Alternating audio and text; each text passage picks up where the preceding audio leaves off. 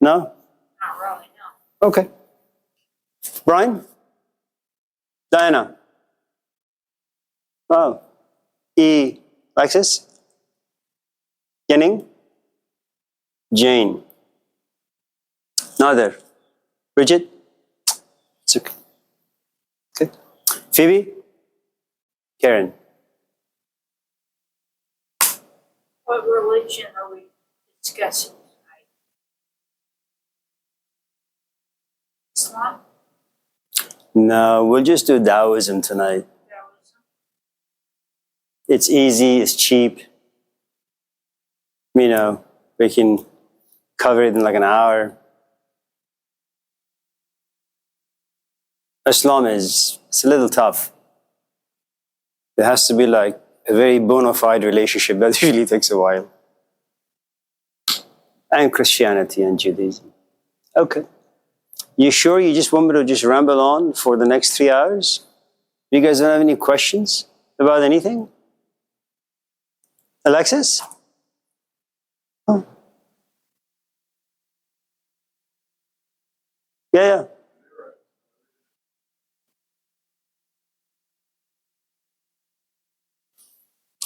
They're all the same.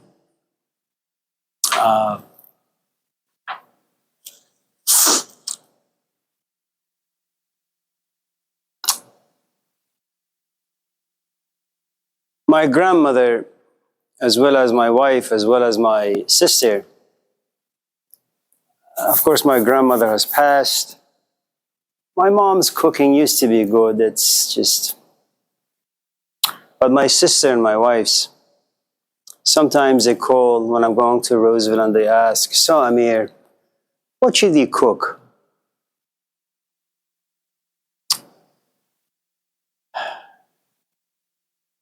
She's such a good cook. And I say, whatever.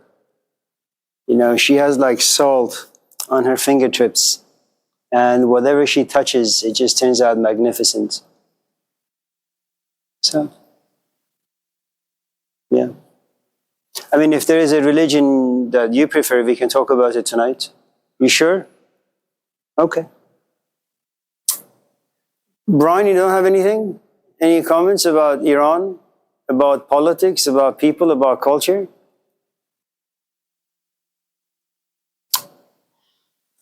Well, then let's talk about Taoism a little bit. And then, Bridget?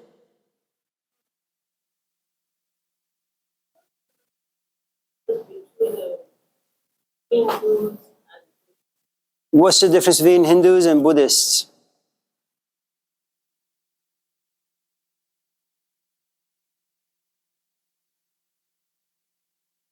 There are lots of people who are happy with being a Hindu, even at Buddha's time, because when you have a tradition that's practiced, that's observed, with rituals, with various ceremonies, the truth is it guides people, it gives people meaning, it gives people direction. And you could have billions of people just being profoundly happy with what they have. Once in a while, you have someone who is not happy with what exists. I don't know why. It's like, people have been doing arranged marriages for a long, long time. All of a sudden, someone says, no, I want to fall in love. I don't want to wait after 20 years to fall in love with my husband. I want to fall in love now and then get married. So what you have is, you have the Hindu tradition being around for hundreds, if not thousands of years. All of a sudden, this flower blossoms. His name is Siddhartha, or the Buddha. And he looks at the religion. There is nothing wrong with it. It actually functions for a good amount of people. He just is not very content. There is something that's eating him from the inside. He wants to be a good Hindu, but he wants to feel alive. And Hinduism can't do that for him. And maybe no tradition can do anything for those who have a tornado on the inside. They have a chaos on the inside. It's like, All of us in this class have lost someone very close to us, whether a parent or a grandparent, and all these traditions, they have a ritual. They have a certain theology, certain philosophy as to what happens when someone dies, what the grieving process should be, how you should bury them or cremate them. And yet, despite all the existing philosophies, it doesn't protect you from breaking down and crying and screaming and getting depressed.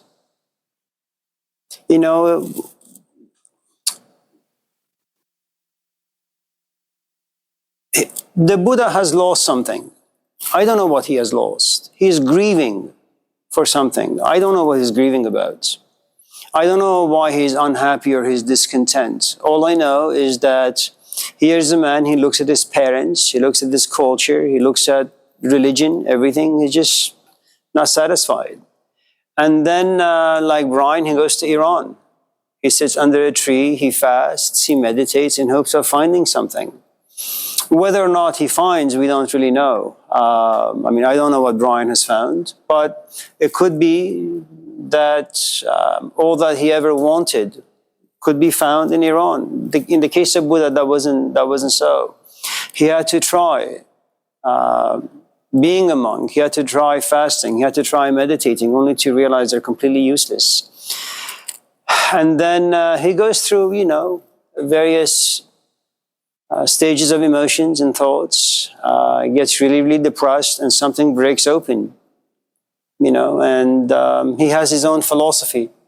And then his own philosophy ultimately becomes a tradition like Hinduism. And out of the many Buddhists, there could be one who gets up one morning and says, Hinduism is not a bad philosophy of life. Buddhism is not a bad philosophy of life. But I have a chaos on the inside that Buddhist philosophy and Hindu philosophy does not nourish. It's not satisfying me. What do I need to do? And they do what Gilgamesh did. They do what most of perhaps the monks in Hinduism and most of the monks in Buddhists do, which is they walk away from everything. Because you have to understand, Bridget, that as long as you have a life and that life works for you, as long as you have a belief system and that belief system anchors you in something, it doesn't matter what it is. You have a kingdom, you have a palace, you are a prince, you are a king, you have a great amount of power over yourself, over your life, over other people. The moment you begin to examine intensely and for a long period of time, you get expelled from your kingdom. And you don't have to be religious. It could be any branch of life at any stage. You could be married. You wake up one morning, it's no longer working. You could be in a relationship of any kind. You wake up one morning, it's no longer working. Right now, Diana has a Jesus dog, a dog named Jesus. She may, in a couple of weeks or a couple of months, wake up and say, I don't really want to take care of this dog. Why, how, when, who? No one knows. She abandons the dog and she goes and buys a cat or something. I don't know. Yeah. Anyone else? Okay. Taoism.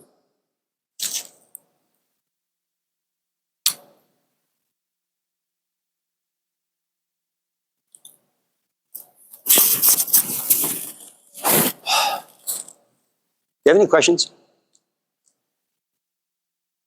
Brian? Diana? Jane? Jenning? E? Lexus? Okay.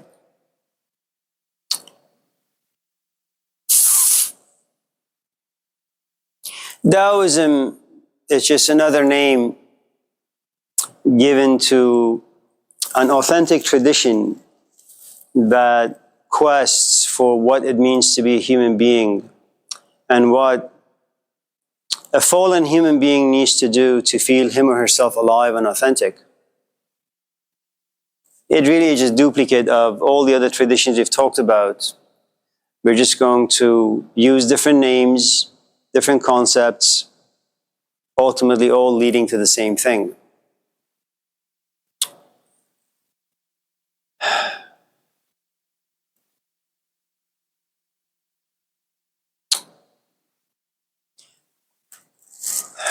The founder of this tradition is Lao Tzu. We don't need to know his name. It's not relevant or significant, really. He wrote a book called Tao Te Ching. Whether he wrote the book or not, I don't really know. How this book came about, legend has it that as he was leaving China, someone recognized him and knew that this is a man who embodies wisdom, and said to him that you need to write something before you leave. Write something for me, write something for your people, write something that's lasting for your culture. And he very much responded like Socrates, that philosophy or truth can't be written down.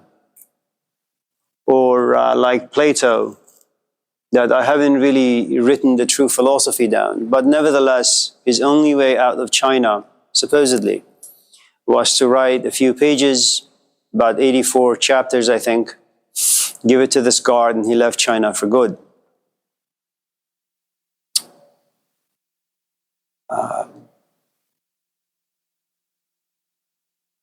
I had a friend, his name was Hussein. You have heard me mention his name a few times. He's the man I worked with for about 10, 15, 20 years, and then he was a family friend until a couple of years ago when he passed. When I was very, very young, maybe 20, he had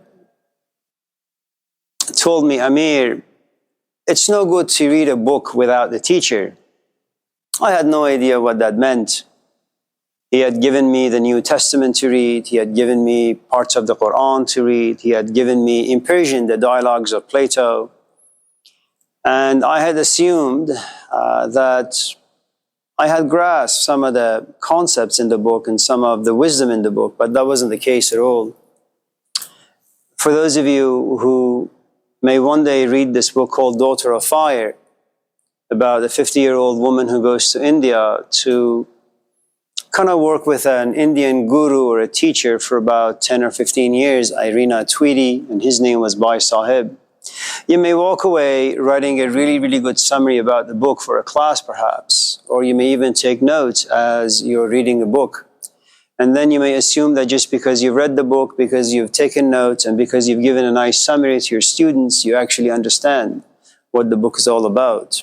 And though your understanding may be quite proficient intellectually, what really matters most is how much do you feel the book, okay? And I suppose that's the problem that the Buddha had with Hinduism, and that's the problem that someone like Lao Tzu had with the traditional Chinese religions, that he wanted to read to feel alive, but he read, he couldn't come to life, so he abandoned reading altogether. So how does one become, I suppose wrongly speaking, a relatively decent, healthy, creative human being? So in order to discover that, you have to go back to the very, very beginning as to how human beings are created, not so much by God, if there is such a thing, but how do we become what we become? And let me grab a pen and write some nonsense on the board, making myself feel good, and then giving you the illusion that you're actually learning a thing or two.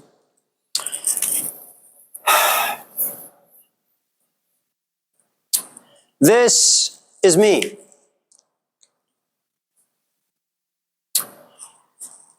I am from Iran. Iran is about 4,000 years old. Maybe 5, maybe 2, it doesn't really matter.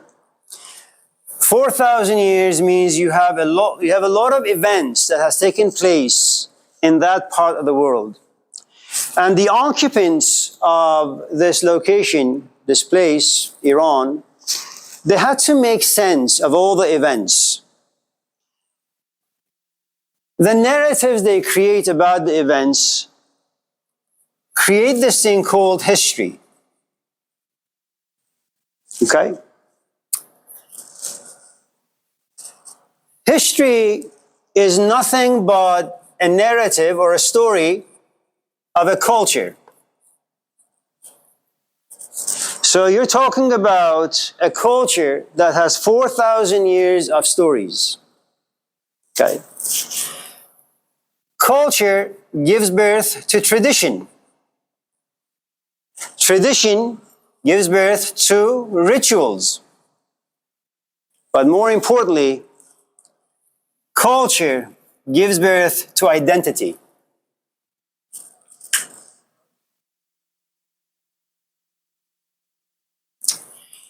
You see, I am not free in any way. I am held hostage by events I have never seen, never experienced. A culture, for the most part, has profoundly invisible components, and yet they live inside me. And they guide my psyche.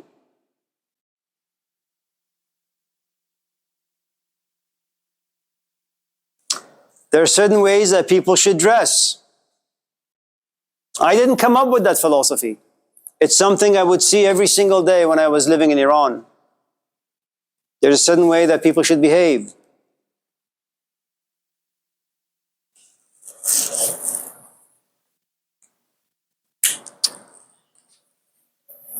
The culture of 4,000-year-old Iran has given me a form.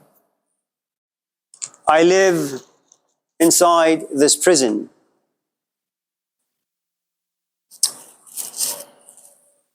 Add to it, I have 5 senses. As I walk the streets, very organically, very naturally, I'm attracted to anything that inspires my senses.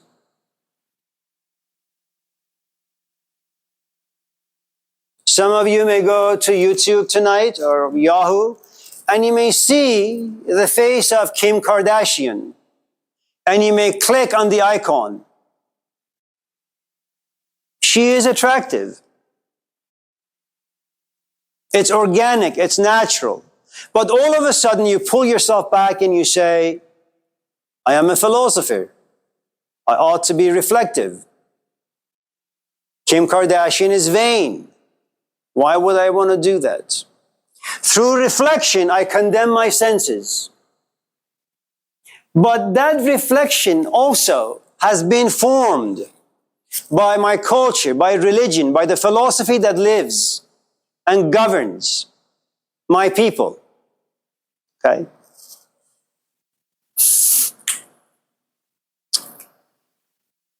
Aside from the invisible hands of culture living inside me, the 5 senses give me experiences. Some are mild, some are intense. Some are the bringer of pain, some are the bringer of pleasure. Aside from cultural history, my experience creates a personal history.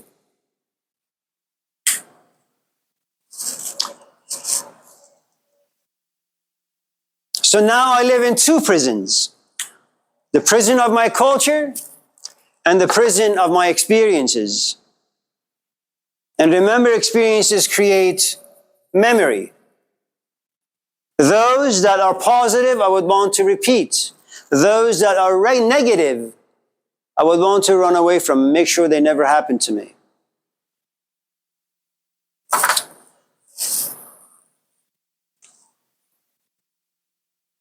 Now, imagine this is a 5-year-old Amir.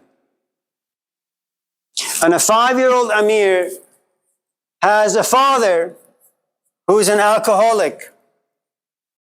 And every time the 5-year-old Amir goes to his father and says, hello, Amir's father happens to be drunk. And with every hello comes a slap.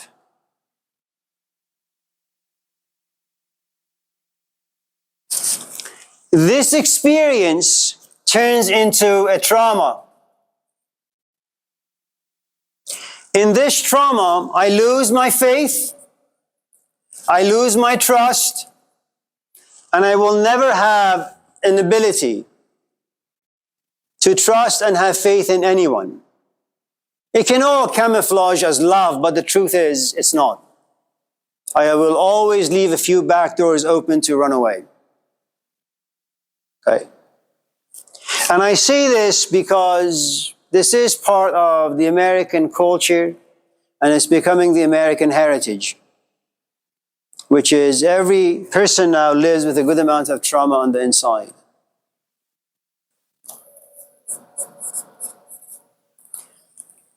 Formed, conditioned, created by the culture, created by the present time, 21st century in Oakland.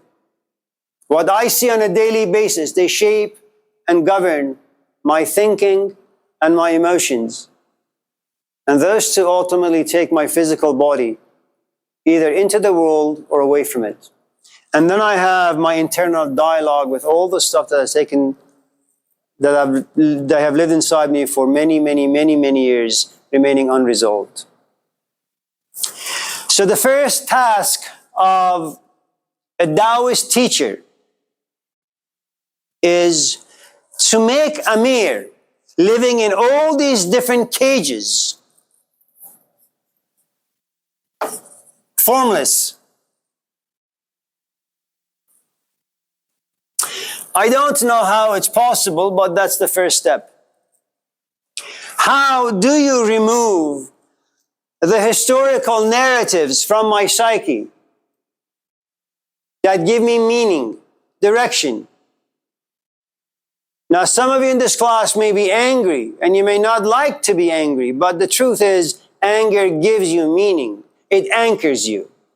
It creates for you a villain. You know who to blame. Okay? How does one get rid of the cultural narrative? The narrative of personal experiences and the narratives of trauma.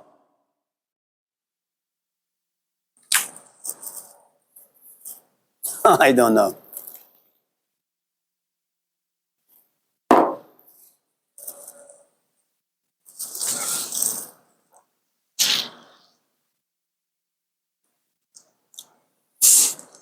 Now look, you can approach Taoism as just a historical tradition, or you could be a practitioner of Taoism. Okay. Being a scholar or a historian of Taoism is not very, very difficult. You just sit yourself in a room and you keep reading, taking notes. You practice giving lectures about Taoism for a few years, and then you become very proficient.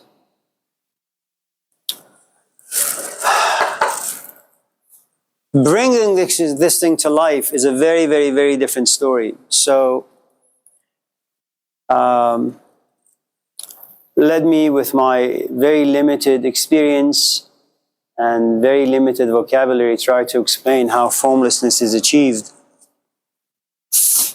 And it's something we've talked about repeatedly in this class for the past 4, 5, 6, 10 weeks.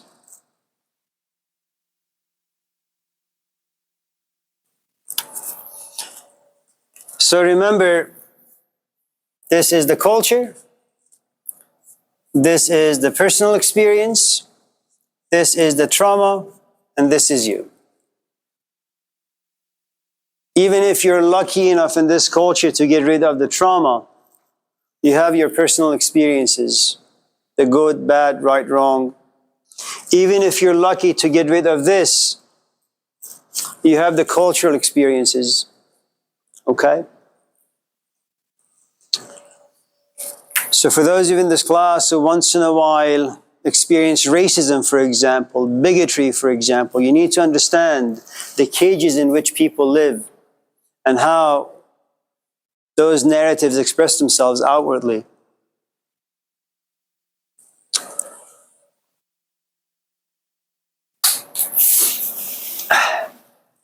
How do you create formlessness? Well, you certainly can do it on a massive level. Maybe 1 or 2 or 3 students a lifetime. Okay? And go back to the story of Socrates and Plato. Okay? Plato is Greek, and his parents are rich and they demand things from him. He has no trauma on the inside. So there is Plato, imprisoned by culture and personal experience. There is Socrates. He only learned one art his entire life, and he learned it from a woman. Love.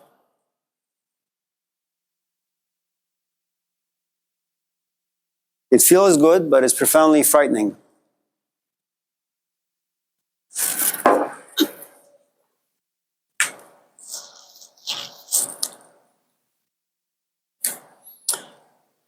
Instead of giving you the steps again, let me just say this.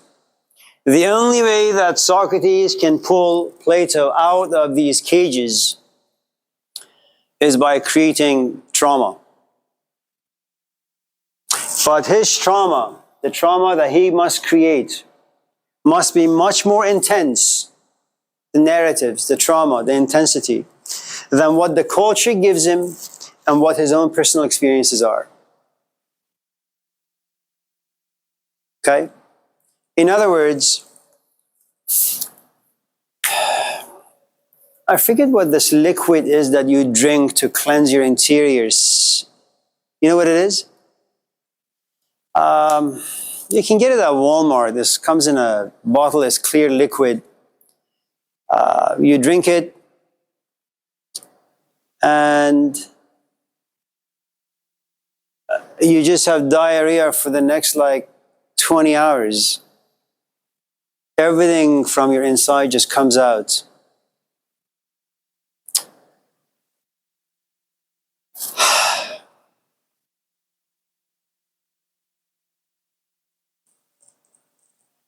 I haven't seen Diana or Alexis for perhaps 1 or 2 years.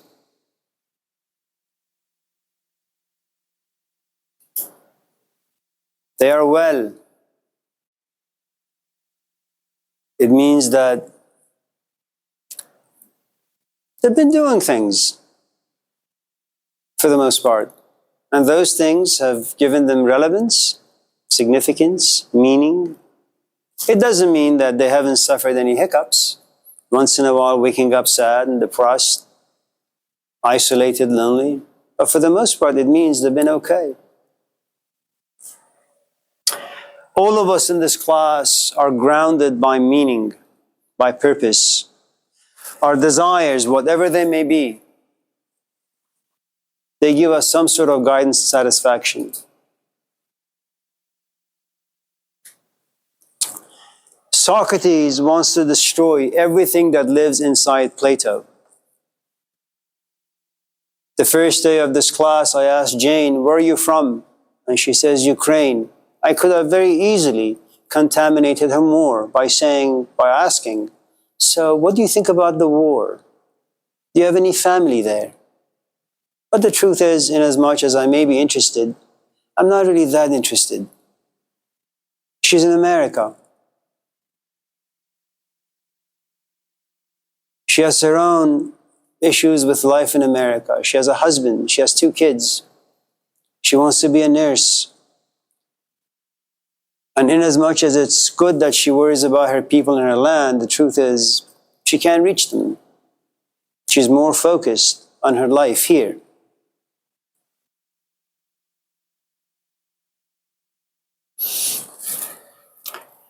What would happen if you were to make someone's life completely meaningless?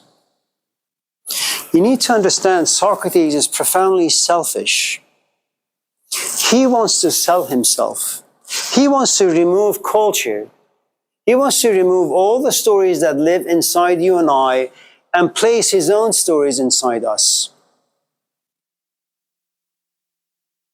So just in case you run into a Socrates 5, 10, 15, 20 years from now, and you find yourself relatively attracted to him or her, okay? And all of a sudden you feel as if you're becoming Well, from the inside, because what formlessness leads to is emptiness. Okay? Now look, there is the emptiness of the novice and there is the emptiness of someone like Socrates. These are two different sorts of emptiness that you encounter. The novice experiences emptiness and gets confused, frustrated, anxious, fearful, angry, enraged.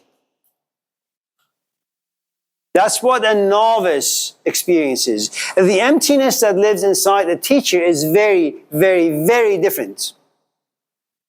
Okay? They are open to the muses, to the forces that make them sing. Okay? Now,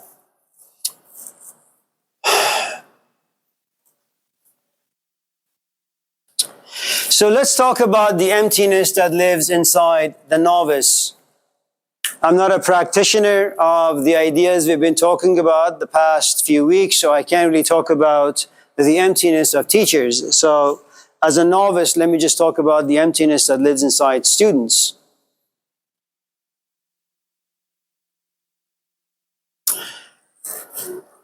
There is a show on HBO, I think it's HBO, it's called Succession. I don't know if any of you in this class have seen the movie. It's about this father who owns half the world, knows all the important people, the presidents of various countries. I think he has a heart attack. He's not feeling well. His older son takes over. His name is Ken, I think. This is like season 6. And it has taken the old man some time to recover. In the meantime, he does a lot of things that are just irrational.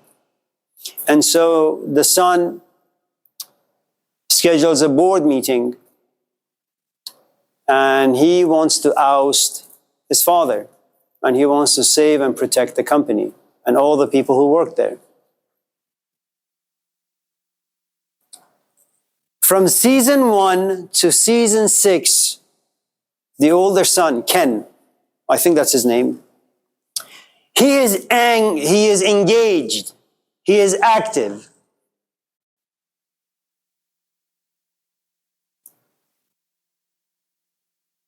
And he goes behind his father's back to oust him. But for 6 seasons, his life has meaning. He's on the phone all the time. He's in meetings all the time. He feels powerful, significant, important.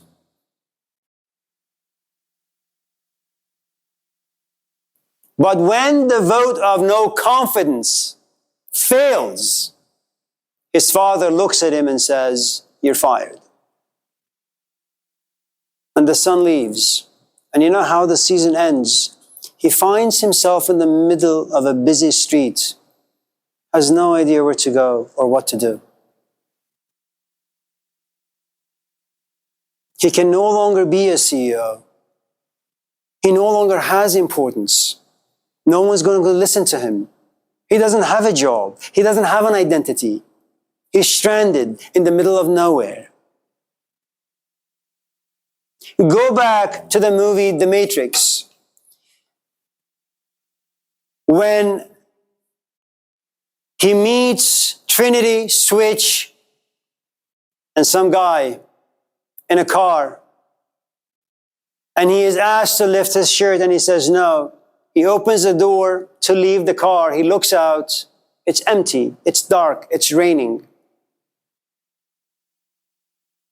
It is really, really, really difficult to wake up one morning and have no meaning for your life. For those of you in this class who have ever lost someone that you really, really loved, you wake up, you get the news, or the person next to you has just died, and you have no idea what to do. You have a big house, it just doesn't mean anything. You have money, it doesn't mean anything. Imagine, if you want to understand what it means to be formless, what it means to be empty, go back in time Retrieve some of those memories rooted in intense experiences. See if you can find that image.